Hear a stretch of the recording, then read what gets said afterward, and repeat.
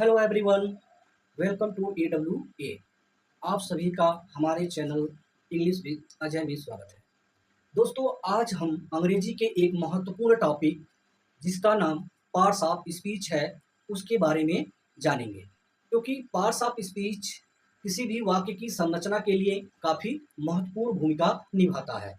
जैसे कि parts of body हमारे शरीर की संरचना में महत्वपूर्ण भूमिका निभाते हैं, वैसे ही कह सकते हैं कि पार्ट्स ऑफ स्पीच भी वाक्य की संरचना में महत्वपूर्ण भूमिका निभाते हैं। और मेरी सलाह है कि प्रत्येक इंग्लिश लर्नर को पार्ट्स ऑफ स्पीच अवश्य ही सीखनी चाहिए। तो आइए देखते हैं पार्ट्स ऑफ स्पीच क्या होता है। पार्ट्स ऑफ स्पीच का अर्थ होता है शब्द विभेद, यानी शब्दों के बीच भेद। तो parts of speech are the categories of word based on their function in a sentence. तो क्या कह रहा है कि पार्ट्स ऑफ स्पीच शब्दों के वे समूह या वर्ग होते हैं जिनके कार्य के आधार पे उन्हें वाक्य में प्रयोग किया जाता है। There are 8 main parts of speech in English. अब क्या कह रहा है कि अंग्रेजी में मुख्य रूप से 8 प्रकार के पार्ट्स ऑफ स्पीच होते हैं। तो चलिए जानते हैं कौन कौन से 8 प्रकार हैं और उनके नाम क्या है, उनके कार्य क्या है। तो सबसे पहला जो आपका पार्ट्स ऑफ स्पीच है, जिसका नाम क्या है, नाउन। और नाउन के बारे में आप सभी लोग जानते ही हैं, नाउन मीन्स क्या होता है, संज्ञा। दूसरा जो है आपका है प्रोनाउन। प्रोनाउन मीन्स क्या होता है, सर्वनाम। और तीसरा क्या है आपका, एडजेक्टिव। एडजेक्टिव मीन्स क्या होता है, विशेषण।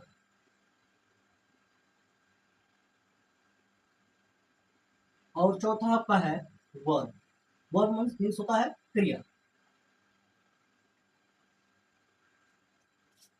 पांचवा आपका है एडवर्ब। एडवर्ब मीन्स होता है क्रिया विशेषण। क्रिया विशेषण।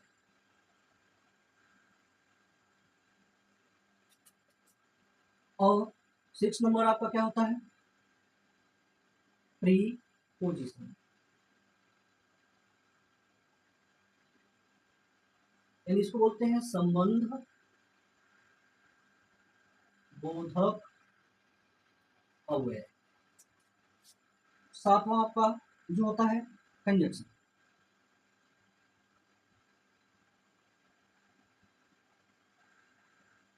इसको बोलते हैं समुच्चय बोधक।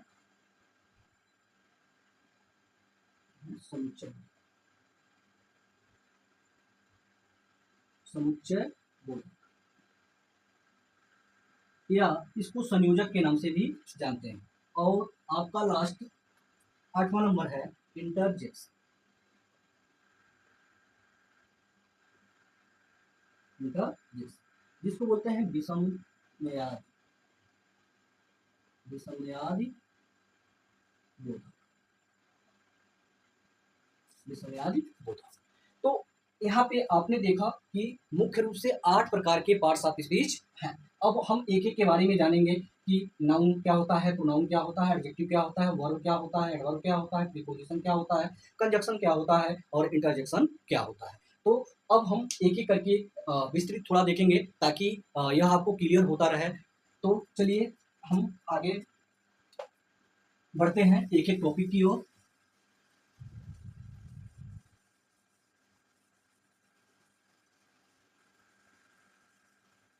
तो सबसे पहला आपने देखा है कि सबसे पहला जो है उसका नाम क्या है, नाउन।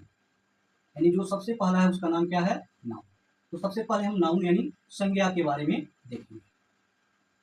तो हम सभी लोग नाउन का डिफिनेशन याद ही किए हैं कि नाउन क्या होता है। Noun is the name of person, place, animal, things.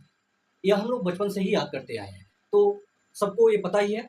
फिर भी एक बार हम चलिए यहाँ पे लिख देते हैं इसका डिफिनेशन क्या होता है। Noun is the name of. देखिए नाउन किसका नाम है, noun is the name of. तो यह किसी व्यक्ति यानी पर्सन का नाम है।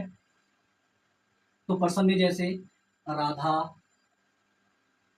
राम, मोहन, एक्सेट्रा। तो इस तरह से यानी किसी भी व्यक्ति का नाम वो क्या होगा, नाउन होगा। इसके बाद दूसरा हमने पढ़ा डिफिनेशन के अकॉर्डिंग प्लेस। प्लेस मीन्स स्थान, जैसे लखनऊ, दिल्ली, आगरा। तो किसी भी स्थान का नाम वो क्या कहलाता है? नाउन। इसके बाद आते हैं थिंग। थिंग मतलब वस्तु के नाम, जो भी, जैसे पेन, आपका मोबाइल, फैन, ये सब क्या है? वस्तुओं के नाम है। इसके बाद आते हैं एनिमल नेम। एनिमल में आपके पशु पक्षी दोनों आ जाते हैं, जैसे आपका टाइगर है, आपका काऊ है, डॉग है। ये सब आपके क्या होंगे? जानवरों के जो नाम है या पक्षियों के नाम है, वो भी क्या कहलाते हैं? नाउन ही कहलाते हैं। इसके अलावा आपका कंडीशन, जैसे इलनेस है, हैप्पीनेस है, और इसके बाद लास्ट में हम एक्शन को भी जोड़ लेते हैं कि एक्शन जो होते हैं वो भी क्या होते हैं? नाउन होते हैं। जैसे वॉर हो गया,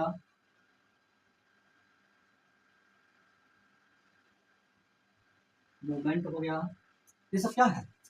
आपके नाउन है। तो देखिए, नाउन को समझने के लिए हमें अगर ऐसे थोड़े थोड़े करके याद रखेंगे तो काफ़ी कठिनाई होती है, दिक्कत होती है नाउन को याद करने में। तो हम इसको अपनी भाषा में या अपने कहें तो सरल भाषा में इसे याद कर सकते हैं, और इसे हमेशा आप याद रख सकते हैं। तो आप सीधे ऐसे भी कह सकते हैं कि संसार में जो भी चीज़ें हैं जिनके नाम हैं वो क्या है? नाउन है। तो आप देख रहे हैं पर्सन भी संसार में है, प्लेस है, थिंग है, एनिमल, एक्शन है, कंडीशन है, ये सारी चीज़ें जो है आपके यहाँ पे विद्यमान है।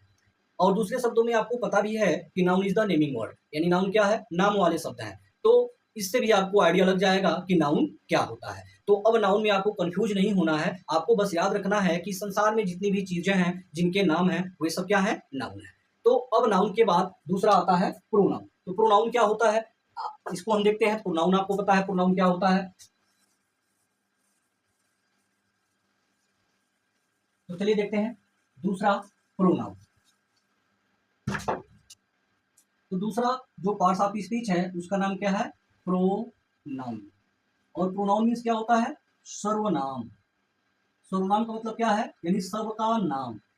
तो यहाँ पे देखेंगे प्रोनाउन मीन्स सर्वनाम यानी सबका नाम। यानी सबका नाम क्यों कर रहे हैं? क्योंकि यह ऐसे शब्द होते हैं जो उस वर्ग के हर व्यक्ति के लिए प्रयोग किए जा सकते हैं। तो आपने प्रोनाउन का डिफिनेशन याद ही किया है कि प्रोनाउन वे शब्द होते हैं जो नाउन के स्थान पे प्रयोग किए जाते हैं। तो चलिए इसका भी एक बार डिफिनेशन देख लेते हैं कि इसका डिफिनेशन क्या होता है। Pronoun is a word which is used instead of noun। तो प्रोनाउन क्या होते हैं? Pronoun is a word which used instead of noun, यानी प्रोनाउन वे शब्द होते हैं जिसे नाउन के बदले या नाउन के स्थान पर प्रयोग किया जाता है। तो यहाँ पे थोड़ा सा हम जान लेते हैं कि आखिर प्रोनाउन का प्रयोग क्यों किया जाता है। तो इसका मुख्य जो कारण होता है वह नाउन के रिपीटेशन को यानी रिपीटेशन को रोकने के लिए, दोहराव को रोकने के लिए इसका प्रयोग किया जाता है, ताकि वाक्य की सुंदरता बनी रहे। जब क्या होता है कि हम वाक्यों में बार बार नाउन को प्रयोग करते हैं तो वाक्य की सुंदरता खराब हो जाती है। इसलिए नाउन के दोहराव को रोकने के लिए हम नाउन के स्थान पे प्रोनाउन का प्रयोग करते हैं। अब देखिए कौन कौन से प्रोनाउन हैं जिनका इस्तेमाल हम नाउन के बदले करते हैं। जैसे आई है, वी है, यू है, ही है, सी है, दे है, और इट है। ये हमारी क्या है? प्रोनाउन है। और इन्हीं प्रोनाउन से इनके केस भी बनते हैं, वह भी प्रोनाउन की ही श्रेणी में आते हैं, यानी वो भी प्रोनाउन ही होते हैं। तो अब देखिए क्या होता है, नाउन के स्थान पे इन्हीं में से किसी न किसी एक का प्रयोग किया जाता है, एक शब्द का प्रयोग किया जाता है। अब जब आप प्रोनाउन के पार्ट्स पढ़ेंगे तो उसमें पर्सनल प्रोनाउन में पर्सन पढ़ेंगे, first person, second person, third person, उसी के अनुसार इनका प्रयोग होता है। तो वह जब हम अगला वीडियो जब आपका लाएंगे प्रोनाउन वाला तो उसमें इसको डीपली पढ़ेंगे। तो यहाँ पे भी हमें जानना है कि केवल ये जानना है कि सर्वनाम क्या होते हैं। तो आपको ये बता दिए हैं कि प्रोनाउन क्या होते हैं। तो चलिए एक एग्जांपल लेते हैं कि यह कैसे नाउन के स्थान पर प्रयोग होता है। जैसे Ram is reading a book. Ram is reading a book, यानी राम एक किताब पढ़ रहा है। अब देखिए, राम के बदले हम यहाँ पे एक प्रोनाउन यूज कर रहे हैं he is very good student. तो he is a very good student. तो यहाँ पर राम एक किताब पढ़ रहा है, वह बहुत अच्छा छात्र है। तो देखिए, राम एक किताब पढ़ रहा है, वह मतलब कौन, यानी राम। अब इस राम के जगह पे हमने किसका प्रयोग कर दिया, ही का। तो ही क्या कहलाएगा, प्रोनाउन कहलाएगा। तो ऐसे ही क्या होता है कि वाक्य में किसी नाउन के बदले प्रोनाउन का प्रयोग होता है। अब हम नाउन और प्रोनाउन के बाद तीसरा आएंगे एडजेक्टिव।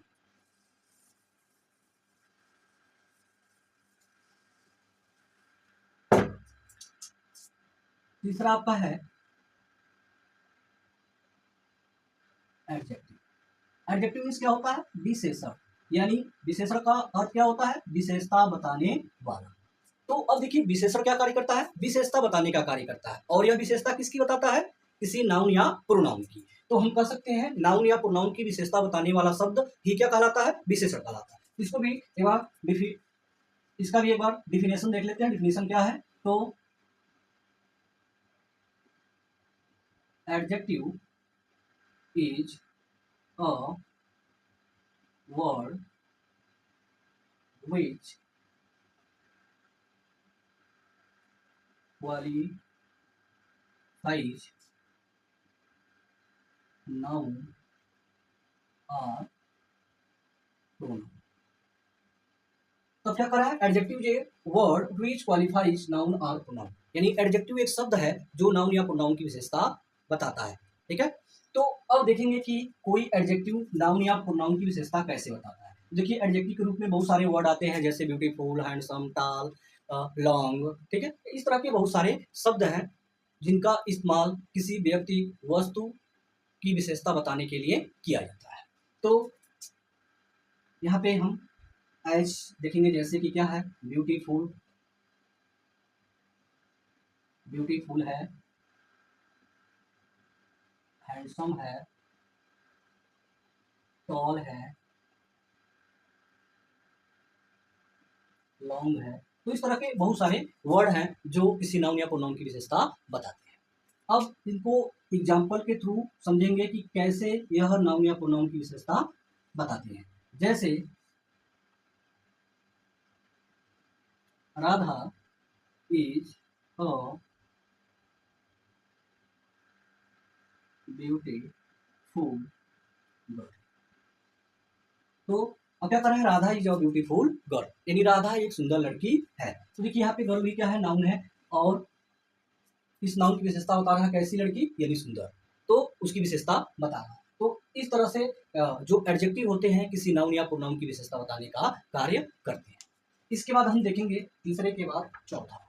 चौथा क्या होता है, चौथा आपको भी मैंने लिखवाया था कि वर्ब, यानी वर्ब क्या होते हैं, यानी क्रिया।